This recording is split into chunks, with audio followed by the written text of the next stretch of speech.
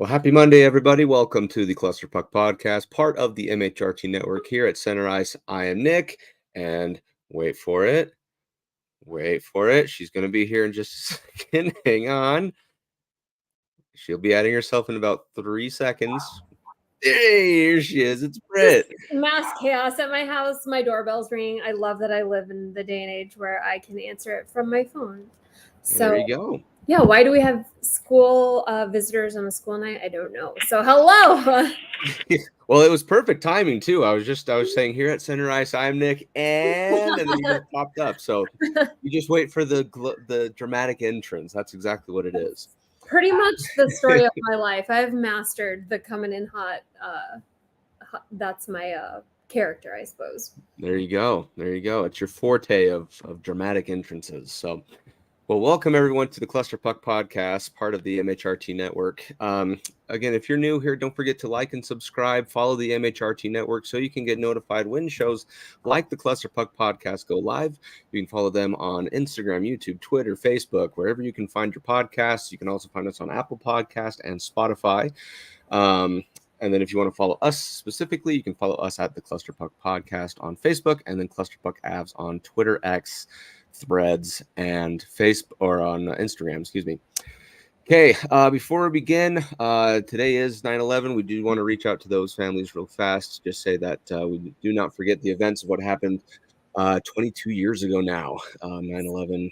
Crazy that long ago.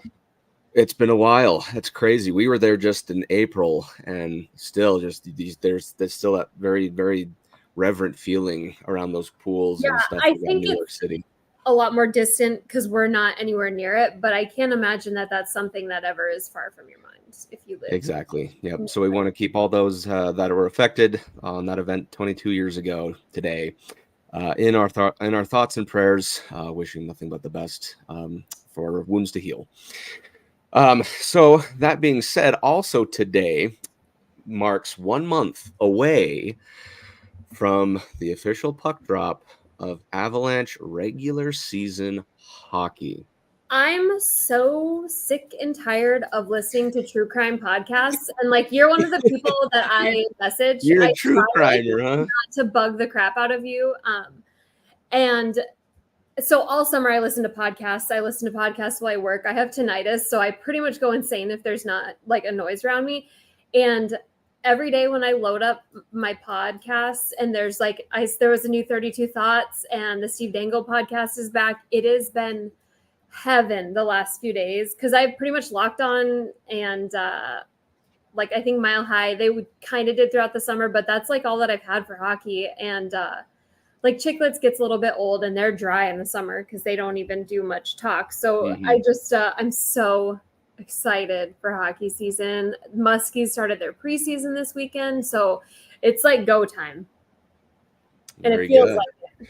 And that's just it. Is teams are now reporting to camp, right? Yes, we're gonna have the I guess what do they call it? The entry level tournament. What is it? Just it's you're playing, but it's your newbies that are all playing. The rookie tournament. The rookie tournament, yes. Yeah. Yeah. So that's coming up soon, and then let's see, in 2 weeks, preseason begins. Yeah, less than 2 weeks. Michael looked up tickets, and you can get tickets for $39. It's Seriously? Yeah. Well, there you go. But yeah, preseason starts Sunday, September 24th. So we're less than 2 weeks away until hockey can be here, but then a month exactly away from puck drop for the regular season for the Colorado Avalanche. And I tell you what, we're this close. Yeah. We're this close. No, it feels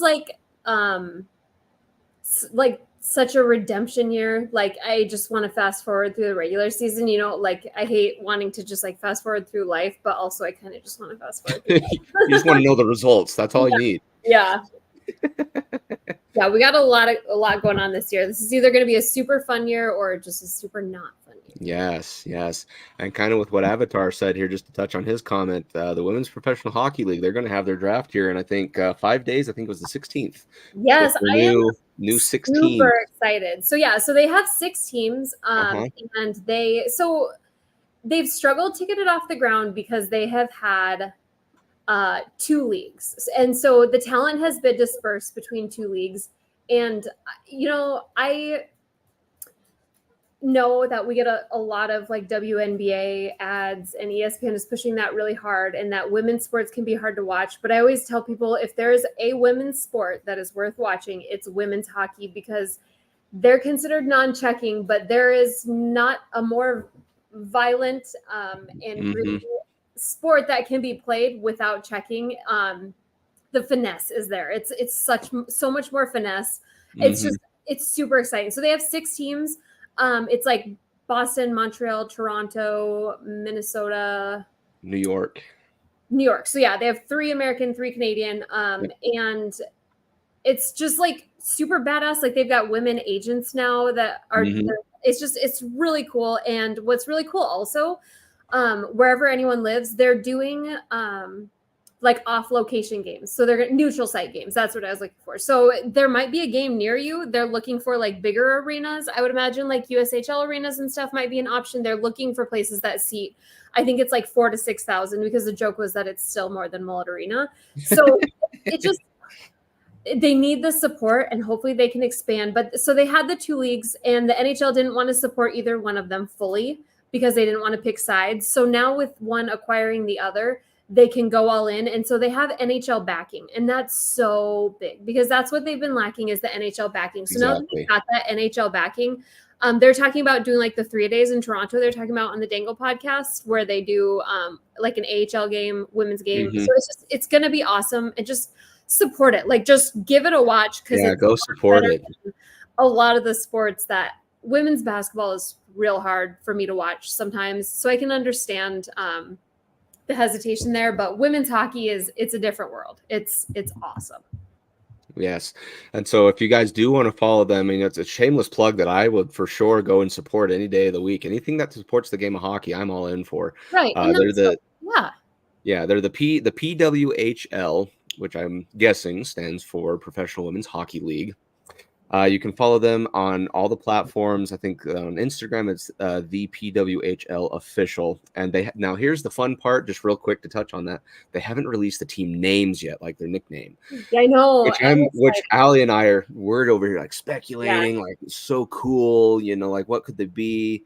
We came up with some pretty good ones. If I'm going to be honest. Are you just out there shooting your shot? Well, basically, because I was like, like if New York did something like the New York Empire, or the Ottawa Odyssey, or you know what I mean? Just because it goes with the NHL team ish. Yeah, especially considering how old a lot of the NHL names are. They're not super original anymore. I still think the Avalanche is just the doofiest.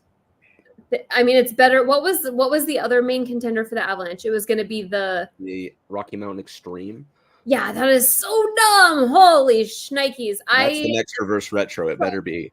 But I just always think, like, how do you represent that? Like, how do you put that in picture form, something that's tangible? But that's like the Rapid City, our ECHL team is the Rapid City Rush. The Rush, yeah. Our hockey team in high school was the Rushmore Thunder, and it's like, how do you picture a thunder? Like, because lightning strike is kind of makes you sound dumb, but it's difficult to do, that's for sure. But yeah, I'm glad they switched it to the Avalanche, because clearly just the extreme, it's like the extreme it's like, but Avalanche, it had something fierce to it. There's monikers and marketing you can build around that, and so very, very happy. Well, and that's what I love. The mammoth is such a great, and like their logo, Mac loves it because it's just a big gaudy M. Like Mac loves some mammoth. Like the lacrosse team, we're trying to get into lacrosse. I told myself I'd be a football person this year, but after the way things have been going, maybe not. We'll see. Oh, it'll pick up. It's just 1 week. Don't need to get to too many conclusions on the season, but it was, hey, that's football's back. Hockey's going to be back. World Series is on its way. October's going to be around the corner before we know it, and that's like the best month to be a sports fan. So, okay, well, let's go ahead and dive into the meat and potatoes of things. So, that being said, with the season coming up, we decided to give our assessments, if you will. So if as a kid, Britt, and I don't know if this was something that you did, but on our sports teams, we always had something that was called the KISS method, KISS. And it was an acronym that stood for keep, improve, start, and stop. So I figured, why not try to do that type of a scenario with the Avalanche this coming season? So it doesn't have to be, it can be as broad or as specific as you want it to be. And again, for anyone else in the chat, please feel free to chime in. We'd love to hear your guys' feedback on this. But I think it'd be good at least to understand based off of last season to this season, right? Because unfortunately, we cannot call 2022 the most recent season. It wasn't the most recent team we had, right? So that being said, let's dive into the K of KISS, right? So that's the keep. If you want me to go first, I can. If we can switch off, however you want to do. Yeah. So as far as keep for the Avalanche, the big thing that I think that the Avalanche need to keep from last season to this season is the hardy defense and the goaltending, right? That's obviously it's kind of a no-brainer look, but I would say that your defense needs to be still that rock solid defense that kind of leads into better goaltending, right? So he doesn't have to. I shouldn't say Georgiev and Francouz have to do as much, but basically that, right? They don't have to have as much pressure on them where the game rests on their shoulders, right? They can just go do exactly what they need to do as a goaltender. So that team defense, I think that's something they need to continue to do in order to achieve success in the season. Yeah, no, I definitely agree, especially when, I mean, the defense is essentially, that was I don't know, it's hard to go back and forth because we have the most firepower on our top and the most firepower in our back. But I'd say that defense, and granted, that's on the shoulders of Makar and Taze. That was our identity in our Stanley Cup win. So yeah, I definitely agree. And to just go, I guess I'll just go for more of like an emotional one, but I just think that the tenacity, I mean, they came out and played and won some games that they probably didn't deserve to, and that may have been on the shoulders of Georgiev for some of those. But I just think the tenacity, if we come out with that same tenacity with a team full of NHL players, you're unstoppable. You know, you can't match, you know, what's expected of you or just below. So if they can go out with that tenacity and a full team, they should plow through, especially our division and our conference. I mean, I just really think the tenacity that they brought last year and just that next man up mentality is really going to help us if we can continue that with a higher talented roster. Yeah, I totally agree with you. And that's exactly it. You know, with the talent, like you said, did improve from this, in my opinion, right, from last season to this. And that's one thing that the Avalanche are known for, is always having relentless pressure. They're not exactly a fighter, you know, fisticuffs type team. They'll still be physical and play around whenever they need to, but they have just that constant foot on the gas, you know, when it comes time to that being when it comes time to that needing to be done is what I was trying to say. But with, I guess, another thing is that just kind of reminded me as far as the keep. One thing that I do want them to continue to do is that offensive firepower, like you did allude to, right? We have some of the greatest shooters in the league with Nathan MacKinnon. You have Cale Makar, you have Mikko Rantanen, you know, 100 points plus last season. So we have the offensive firepower. So that's probably another thing I would continue to say, is to keep utilizing players to their strengths. Right. And that's especially with like the shooting, the McKinnon, something that people have criticized the Avs for, particular, and some of those players are gone, has been being like trigger shy. And that's always been a thing, is stop waiting for one more pass. And last year, I was trying to look it up. I believe last year was one of the highest years that Nathan MacKinnon has ever had as far as shooting percentage goes. So it'd be nice to just, keep them coming like that, because that's I want to say you don't score goals unless you shoot the puck, but as a goalie, I know that I've let in a lot of goals that nobody shot and they weren't supposed to go in. But generally, you score more goals when you shoot more shots. So. Exactly. That's very true. Wayne Gretzky, what does he say? You miss 100% of the shots you don't take. So, and that's just it.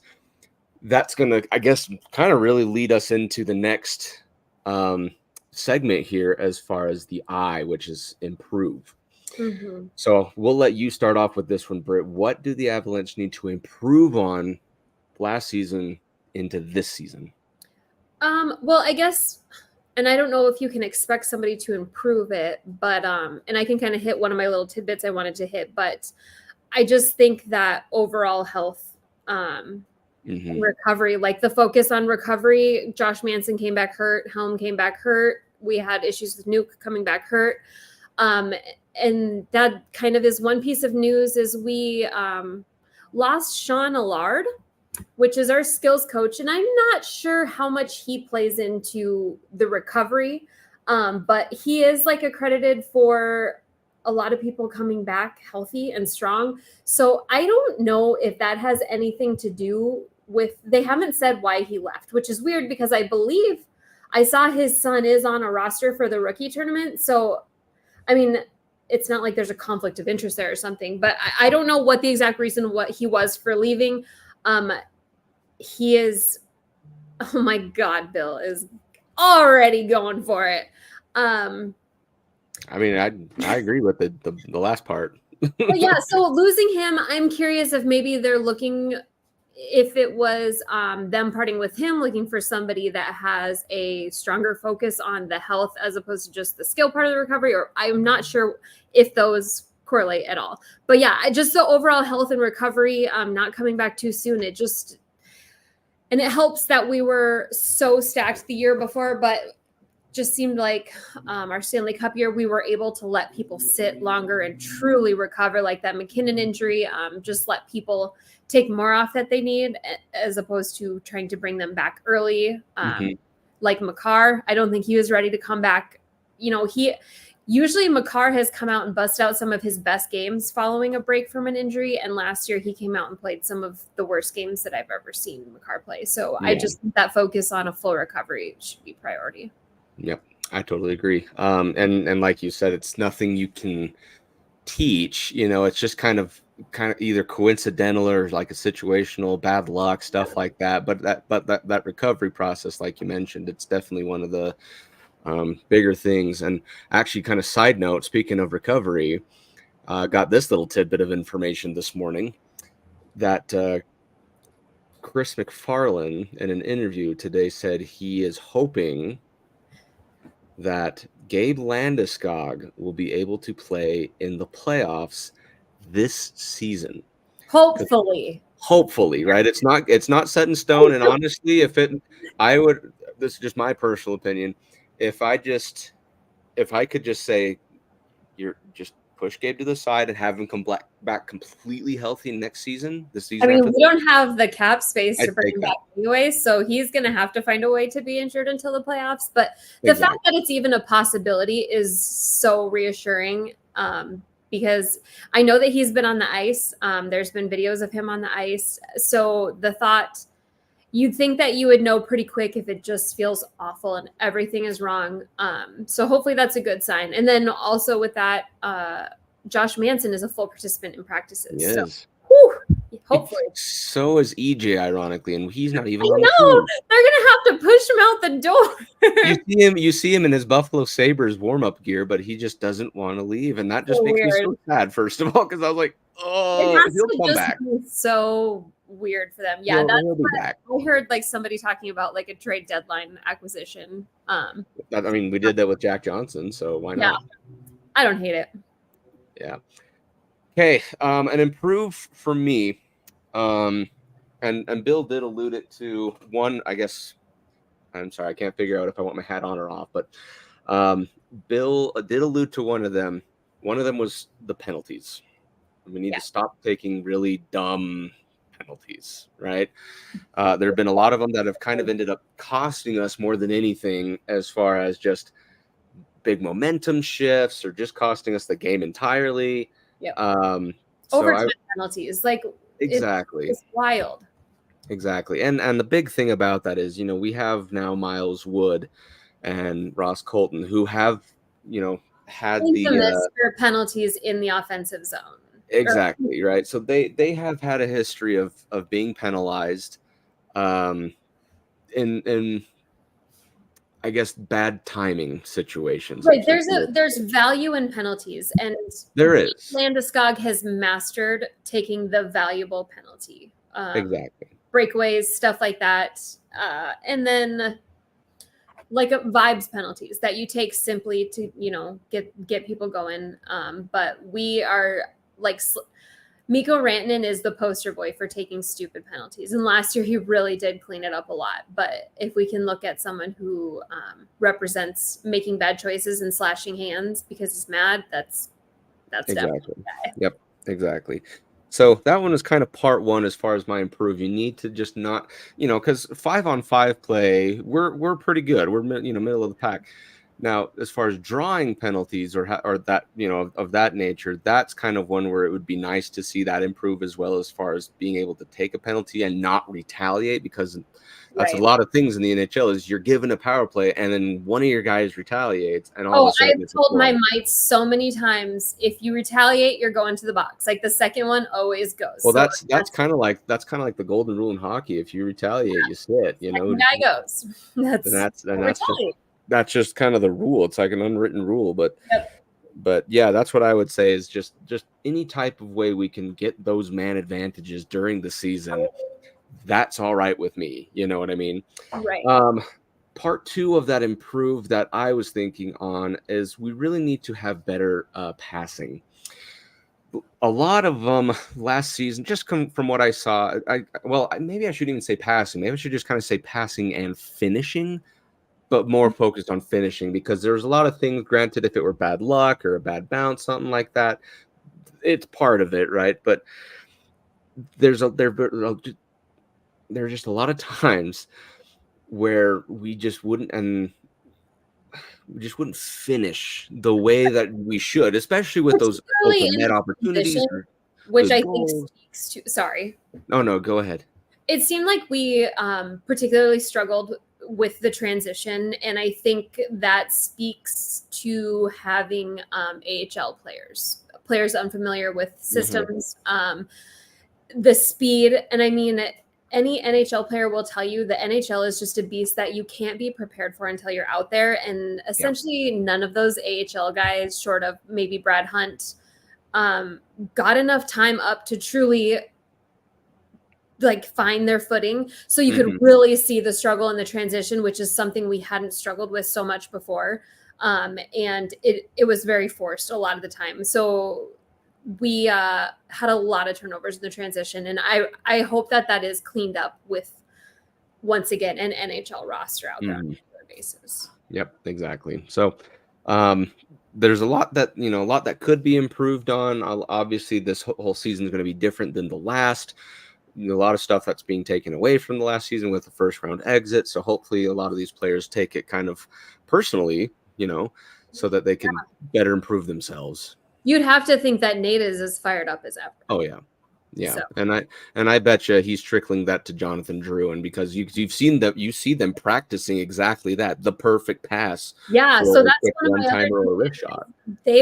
We've talked lines up and down. They've had Drouin with Mac in practice, and it's like they're just making sweet music out on that ice together. And I think it was Brennan. It's VOGT? Is that Voigt? I always said Vought, but it could be like Voigt or Vought. I super like him. He posts, if you guys don't follow him on Twitter, he's wonderful. He posts a lot of practice videos. Yeah, he's just a really good, just good basic information. He's not like political or super loud and obnoxious, but he posts a lot of practice videos, and those guys are awesome. And I've read that Drouin and McKinnon are just like best buddies and brothers off the ice too. So I hope that Mac is just feeding him exactly what he needs. He's going to get comfortable, feeling good. I mean, if there's anyone to introduce you to And to make you feel good about coming to a team, it's if Nathan McKinnon is vouching for you, he's got to be feeling pretty awesome.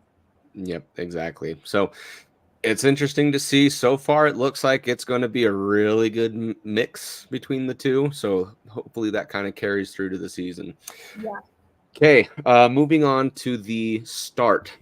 I'll go ahead and go first on this one. So what do the Avalanche need to start doing that they just apparently weren't doing last season? For me, this is kind of, I don't want to call it an obvious answer, but it's a pretty, clear-cut answer for me, and that is you need to start shooting the puck as often as you can, especially on the power play. There were a lot of times last season when we had the puck, we had the power play, we were set up in our offensive zone, but for some reason we just continued to pass it around the perimeter. Not, whether there was, the slightest of lanes or not, we were just, I say we, like I was part of the team, but we were just looking for the perfect lane to shoot in. Yeah. Right. Or the perfect pass, or, we continue to scan and look.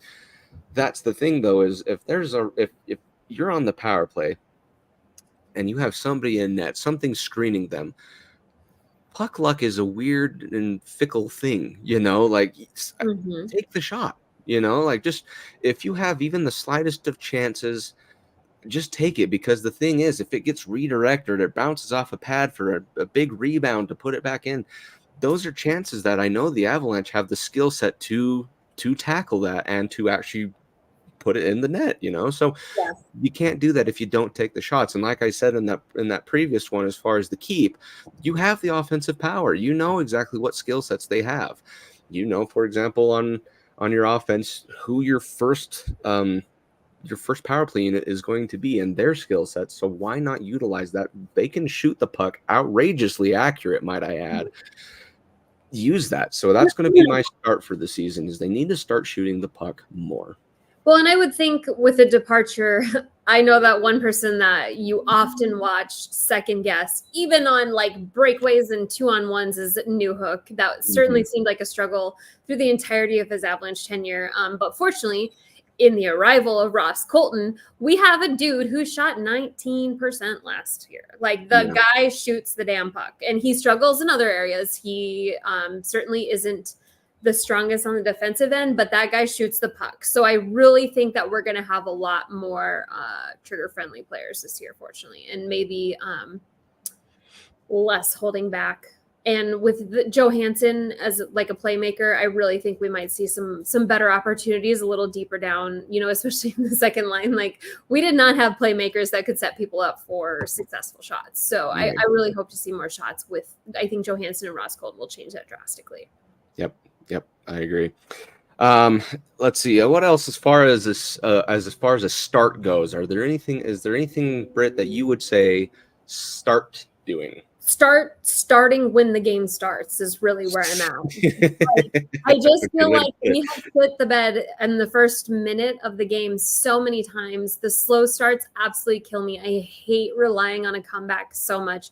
As fun as it is, it's just an exhausting way to play the game. And we need to come out strong from the start. And I think that needs to be a priority, because we've struggled to play a full 60 minutes. We seem to play like a 52 minutes, and it seems like other teams do most of their scoring within 8 minutes of the game. We have small breakdowns where we nearly give up multiple goals and then lock it down for the rest of the game, but you can't do that. These teams are capitalizing on that. And so, we really need to be out there from the first second of the game. I don't know why it takes them so long to get in the game. Yeah, and it's especially obvious when it's kind of these must-win games, these kind of keystone games that really define the season. Yep. And it's either, skill. And that's just it. I know I said, throw 2022 onto the shelf, but I will pull it off the shelf for a second. That was one thing that the Avalanche continued to do, is they would start strong, no ifs, ands, or buts. And if they did fall behind, they found a way to come back and win those games. But like what you said, is last season, it was a lot of sluggish starts that you had to either fight to maintain to have that possession or the momentum, or you just didn't really show up. And granted, we know the injuries kind of played part of that, but at the same time, you're in the NHL, right? Mhm. Regardless if you're a third line, fourth line, or Connor McDavid, right? You are an NHL player. You're the topmost echelon. You're kind of expected to already have that type of adrenaline, that type Right. of energy for a full 60 minutes of play. Yeah. Yeah, I'd agree. So, okay, moving on then, as far as stop. So that's the last S in KISS. Why don't you go ahead first on this one, Britt? What is it the Avalanche need to stop doing that they were doing last season? Mine's redundant, so it's just quick, but I am agreeing with the stupid penalties. I mean, we just shouldn't see stupid penalties like that in the NHL. Especially because they occur usually due to like a breakdown mentally, and we need to be more mentally strong than that and not let people get under our skin. So Yeah. a little redundant, but yeah, that's where I'm at. No, and I think it's, I mean, a very valid answer, right? Because that's just the problem is too many mistakes equal game-changing events. Yeah. Well, and the thing about the NHL is it's the game of half percentages. Where can you get your half percentage one up, as they say? And that is one thing that is so much more in your control. That's the one you can't control so many variables within the game, but you can control your temper.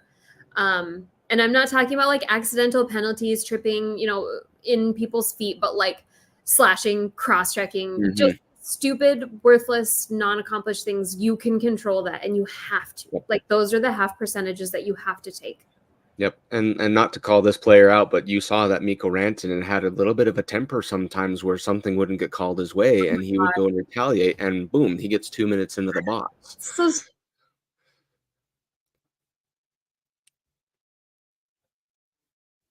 So it is a little ridiculous, to think about those types of players that, they want to retaliate so bad, but they don't realize that it's going to be hurting their team on the back end, Yeah.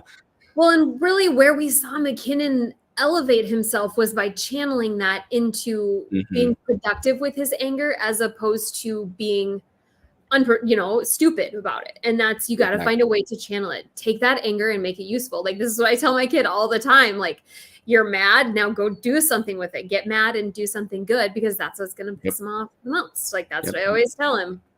Yep, you just take that angry energy and turn it into offensive production or some way to sway momentum in your side. I totally agree. Yep, I think it's a good answer. So a stop for me that I really think, I mean, it could be an improvement as well, but at the same time, they weren't even doing it to begin with. So the Avalanche, they need to stop giving away the puck in the neutral zone. That was something that just drove me up a wall a lot this last season.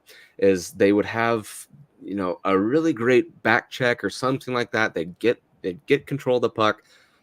They'd make either it by way of a wayward pass or just poor puck handling or stick movement or whatever it is, but they couldn't get into the offensive zone because in the neutral zone they then have a tie up. Pass gets broken up, gets picked off, whatever. And it would just, because the thing is, there were so many times where I was like, great, here we go. We can take this and drive it into the offensive zone. Everything's going to be great. And it just kind of falls apart. And that happens so often. So I think the vision needs to be a lot better. They need to start, actually looking at what they're, passing to and get the puck there. Because a lot of the time it was too loosey-goosey, too short, not enough power, And then if there was a scrum against the boards, and this could be anywhere in the rink, they just didn't really care about the outcome of the scrum, But the problem was they didn't have a guy on either end of that scrum to pick up the remnants and the puck and try to make something out of it. They always just kind of waited until the defense, the other team, would get the puck, and then they try to forecheck. So that would be another thing, actually, that I would say to start is you need to start. What's that? Sorry.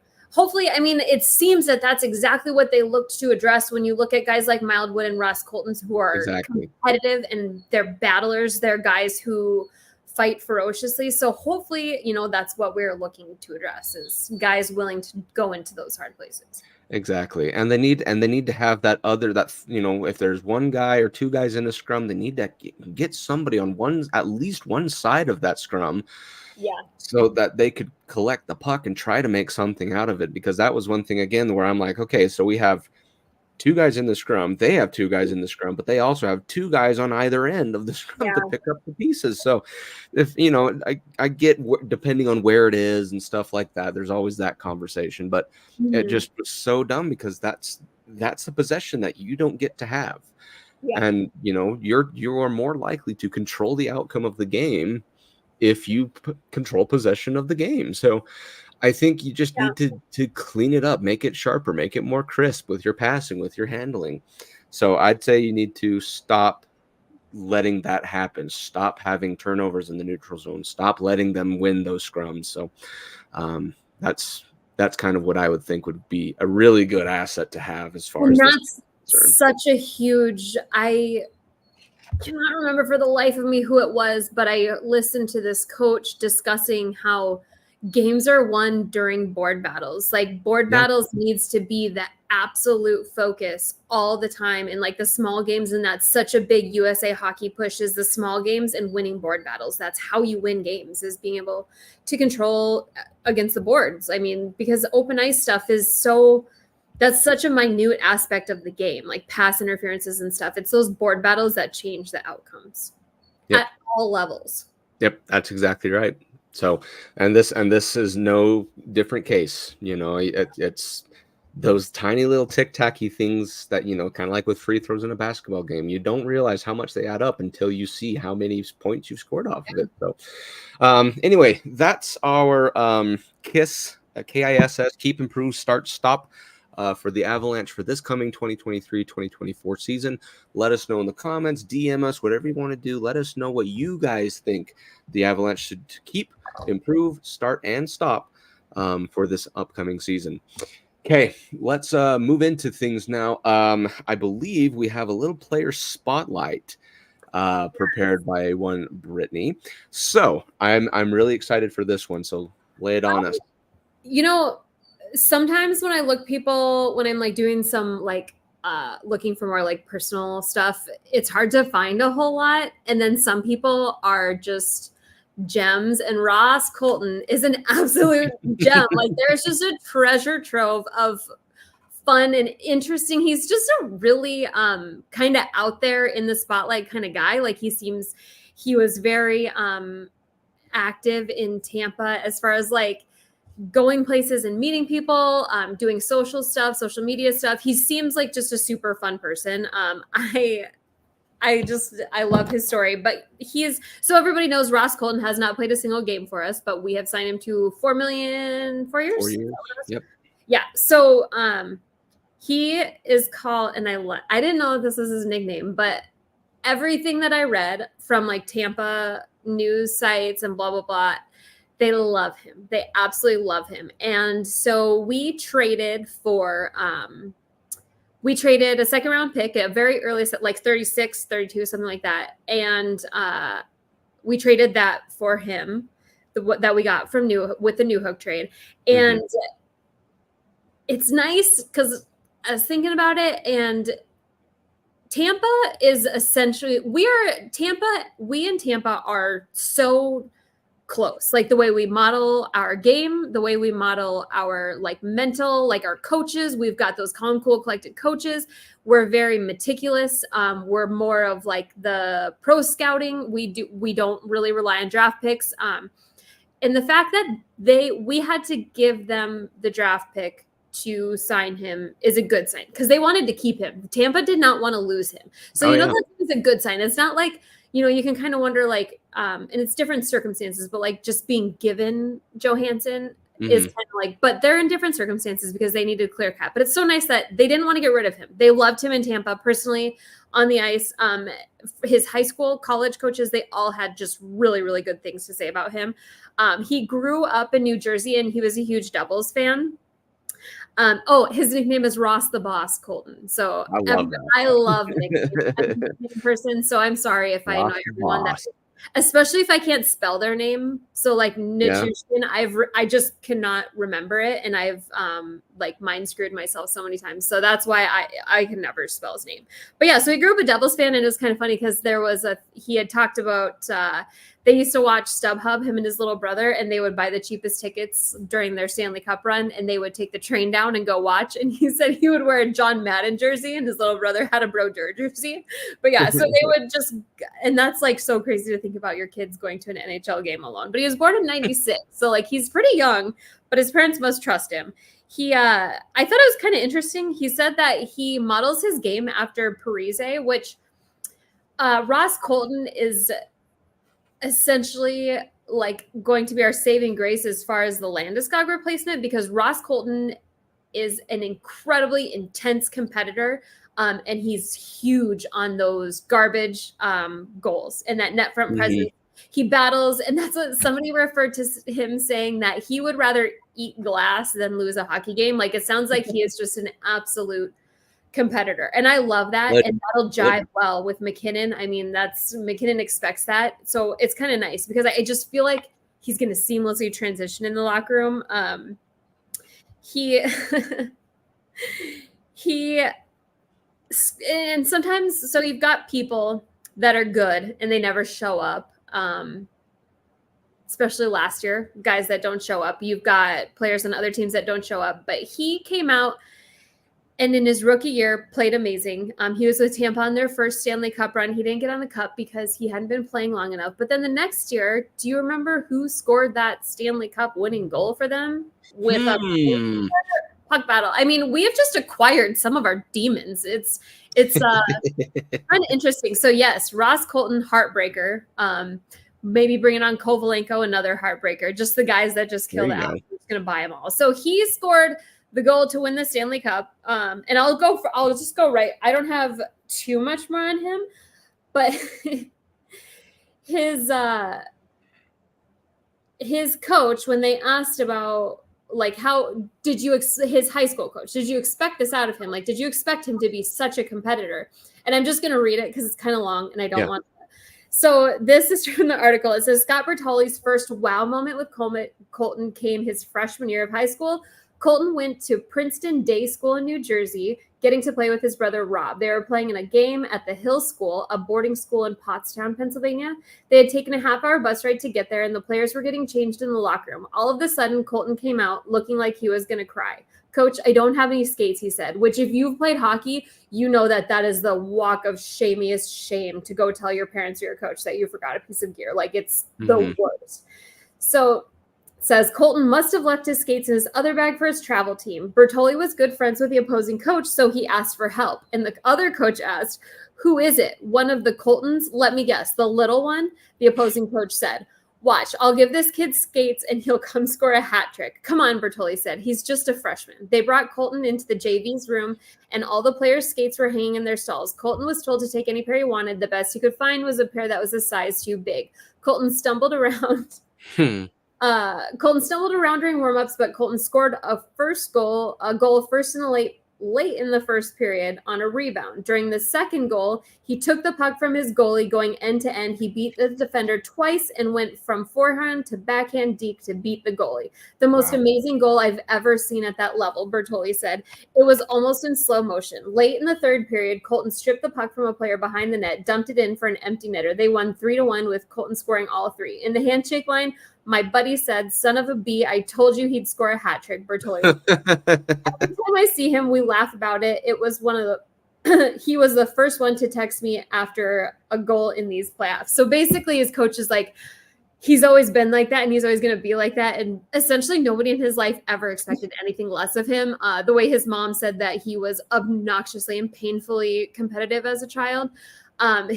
His dad was like a baseball player. His mom played college basketball. He comes from a super athletic family, athletic brother. I'm a lot more excited for him now. Oh, and also in my Googling, I did learn that for the low price of $60, you can get a cameo from Ross Colton. No way. So if you desperately need, a private video from Ross Colton, all you have to do is give up Starbucks for a month and you can get it. So, I always think it's really funny because who's the chubby little bald coach? Because he was doing cameos when they took. Was it Barry Trotz at the time? No, the B one. Oh my god, The B one. Babcock keeps coming to mind. Ah, Because the only B Boudreaux, name I can think was Barry. Oh, Bruce Boudreaux was Boudreaux. doing cameos, yeah, and he was like doing them when he started coaching again, and they like made him stop. I guess I think. That's pretty good. I think that's about everything. But yeah, I'm a lot more excited. He's a guy. His social media is active. Like he seems like he's gonna be a fun dude. And I think he'll toe the line. I think that competitiveness will go really well with the vibes in the locker room. So. No, that's super great. I love that. Maybe we see if we could have him just do You're Watching the Cluster Puck podcast part of the MHRT network. Yeah, so if anybody wants to sponsor a new There we go. There we go. I'm liking the sound of this now. Yep. Very good. Well, thank you so much, Britt. That was super fun. No, I'm just as excited as you are to have Ross Colton on the team. When I saw that we signed him, first of all, I was quite in shock for what we gave up. Not really a ton if you think about it, but just the fact that you kind of look like with what you alluded to, he's that grubby player that he'll get those, those dirty goals that nobody else seems to get other than Gabe Landeskog. But since you don't have him for the season, painfully absent thing on our roster. I mean, it's really needed. Yep. Okay, we'll move into our last segment then, and that's going to be our Hockey 101. So let me go ahead and get this screen up for you guys here. Alrighty. Okay, so today's Hockey 101 that we're going to talk about is called Defending the Power Play, as you can see right here. So there's two types of formations that we're going to talk about. Now, keep in mind, this is going to be defensive strategy when it comes to being a man down. So let's say Brit, in her fit of rage, slashed a guy and is sent to the box for 2 minutes. So then I have me and 3 other buddies that have to sit there and defend. So basically, let's look at it like this. There's 2, I guess, types of formations, both of which accomplish effectively the same thing. The first one is called the box formation. So let's say you have, let's just say your forward. So typical formation that we talked about on our power plays, you'll kind of have this looking deal. And for defense, you're going to have something that looks kind of like that, right? And we assume that the net is facing that way. Okay, so let's say they bring the puck in. They're in the offensive zone, as you can see right here. Now, defensively, a really good strategy, a lot of times that you will see in the NHL, and you will specifically see it with the Avalanche, is something called a box or a diamond formation.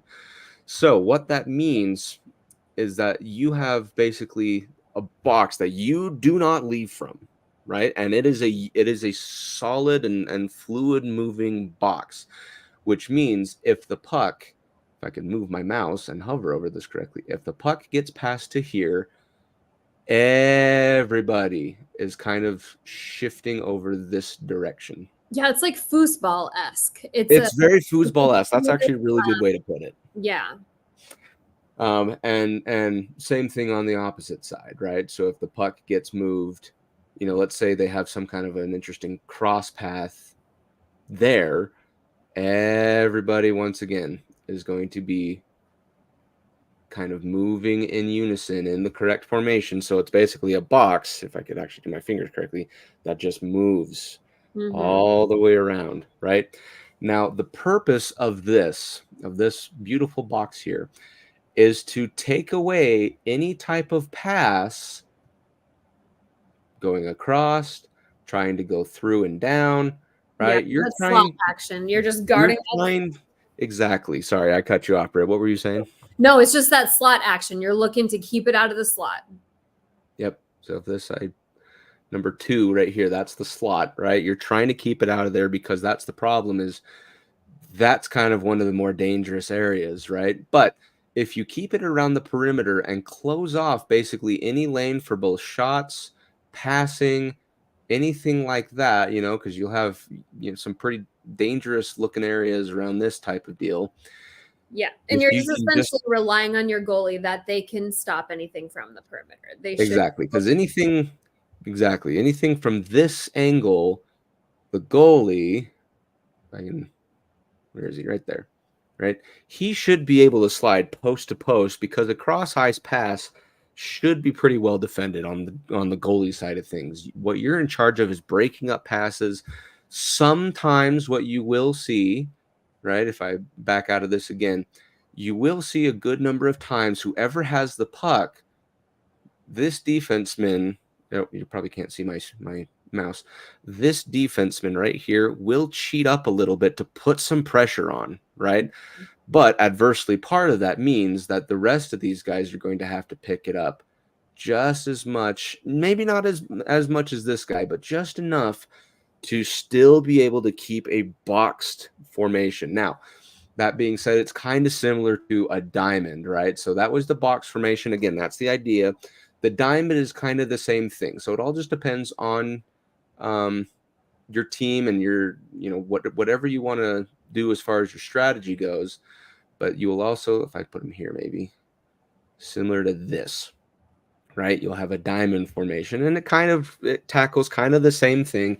The only difference is now you're I guess keeping them in zones more or less. So for example, if I had this defenseman, whoops, I missed it. Try again. Like this would kind of be his zone, that would be his zone, that would be his zone, and that would be his zone, more or less, right? Mm-hmm. And again, it's still a fluid moving shot, but but where one takes over, they kind of try to box it. Then it's a kind of a fluid, more rotating diamond at points. But that's the idea. That's ideal for when you've got a team that's got those ideal shooters, that kind of OV one-timer, because what the offense is looking to do is break down that box, have one person get out of the system, miss their poke that they're going for or something like that, and then they get a wide open pass a lot of the time for a one-timer, or to get a couple dekes in and go in on the goalie unattested. And generally it drives from a quick pass that we can't respond to. So this addresses when you've got that strong wing presence. Yep. So that's kind of the defensive strategy that you're looking for, right? Is because you want to have as compact of, I guess I shouldn't say it's too compact, because if you're too compact, then you leave literally the entire outside open, but you still want it to be enough where you can be aggressive and play up against the forward if needed. That's the Logan O'Connor special, is poking. It really is the Logan O'Connor and Andrew Cogliano special, man. They do really good with those type of aggressive moves in the diamond, or in our case, I think we run. But when you lose those, it can that's that break. Exactly. Right. So the whole idea is that this. Oops. How do I draw that box? There we go. Let me try again here. The whole idea is that this slot gets taken away, because it'd be a lot easier for a goaltender to defend something from out here than it would be to be in here, because there's a lot of congestion, a lot of calamity, a lot of stuff can happen in here. So if you take that away, take away the passing abilities, force them to continue to go on the outside, it kills time, it takes away opportunities. And we've seen this a lot with the Avalanche. That's all they like to do is go around the outside. I just talked about it for 5 minutes. So that's the idea behind that, though. So if there is a small enough lane, you will see teams try to take any type of space they can get. And that's where people like Connor McDavid, he utilizes the smallest amounts of ice. Mm-hmm. That's where that is. And He scores all his goals on the power play. Exactly. So I think one team that really, in my opinion, even though they weren't a very good team last year, they really did this for the first half of the season. They did outstanding on the penalty kill, and that was San Jose. Oh, did they? Interesting. They didn't allow a power play goal from an opposing team until about 20 or so games into the season. It was really impressive. It's so weird how things can be like that in the NHL. Yep.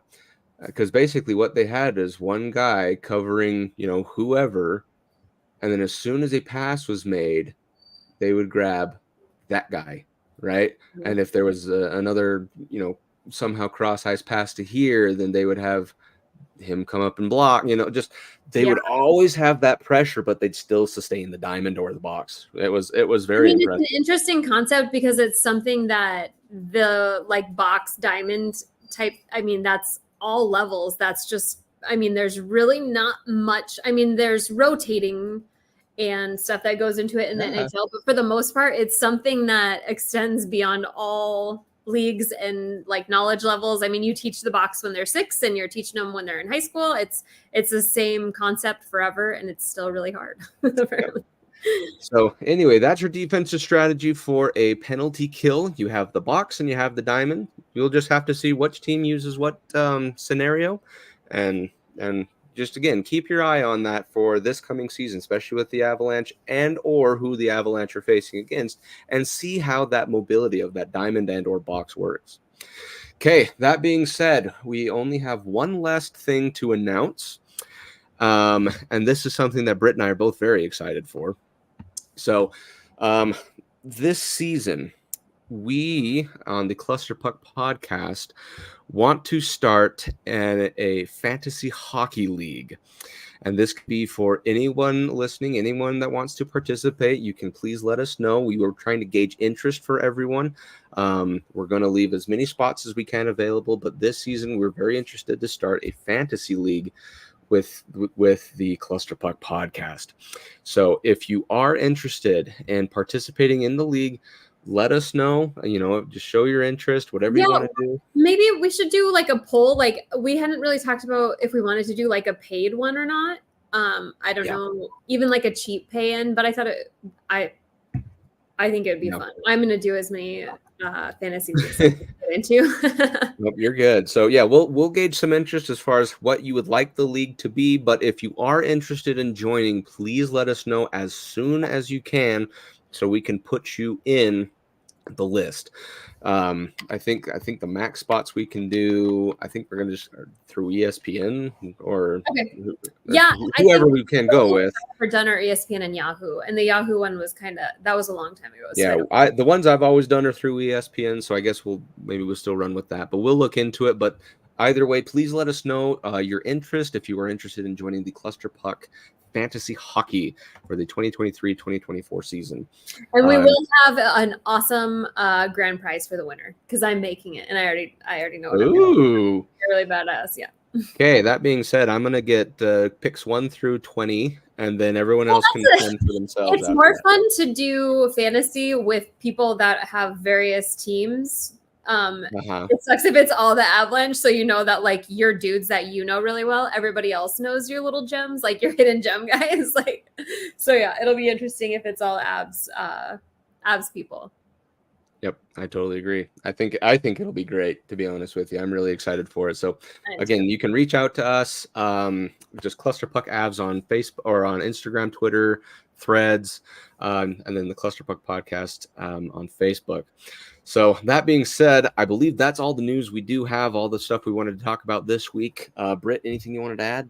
No, I don't think so. I think I hit all the little news. There's one little last newsy thing. We signed that Saku Manalainen. Is that what it is? He played for the Jets last year. Played like 64 games to a PTO. Kind of interesting. It sounds like he's a guy that we might actually end up signing. I don't know if he would be primarily an AHL guy, but he played a lot of games. Not that Winnipeg was good. That means he was good, but he was in the NHL. So kind of interesting. I am excited to see how these PTOs go and if they actually pan out to anything. Jack Johnson was. Yeah, I'm the biggest one I am excited for is to see if and his name just escaped me. He was on Dallas last year. Kovalenko? No, oh my gosh. I had it and then I just lost it. He was on Dallas last year. What am I thinking here?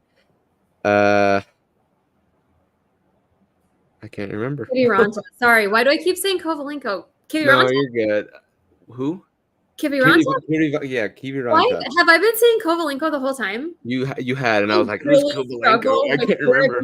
He's a signee, I know that, but I struggle a lot. Is Kovalenko? Oh, you're fine. It's a Monday. Is that our guy that's in? That's the guy in Russia. Yeah, that's our little Russian signee. And then that new Russian kid, like his name, I really can't do the Russian K names at all. So We'll be better at that next week. We promise. We promise. So yeah, Kiviranta. I'm very interested to see if he signs. That would be actually quite nice in my opinion, but just sign him and only time will tell. So he can't play against us. There you go. Well, thank you once again, everyone, for following this episode of the Cluster Puck Podcast, part of the MHRT Network. Again, if you like what you see here, please don't forget to like and subscribe and follow the MHRT Network so you can get notified when shows like the Cluster Puck Podcast go live. We have shows every day of the week. Ours are on Mondays most of the time. Yeah, and I think that's about it. So once again, we hope you guys have a very rememberable 9/11. Again, hearts go out to all those affected by the tragedy 22 years ago, but we hope you guys have a great rest of the week. Anything else, Britt? Nope, good to go. Okay, very good. Well, the season's a month away, guys, and we're getting close. You just need to hold on for one more month. We're almost there. As always, everyone, go Avs go. Even when you feel low, you can still go. Even when you feel slow, you can still go. Even when there's no hope, you can still go. I never answer to no, man, I still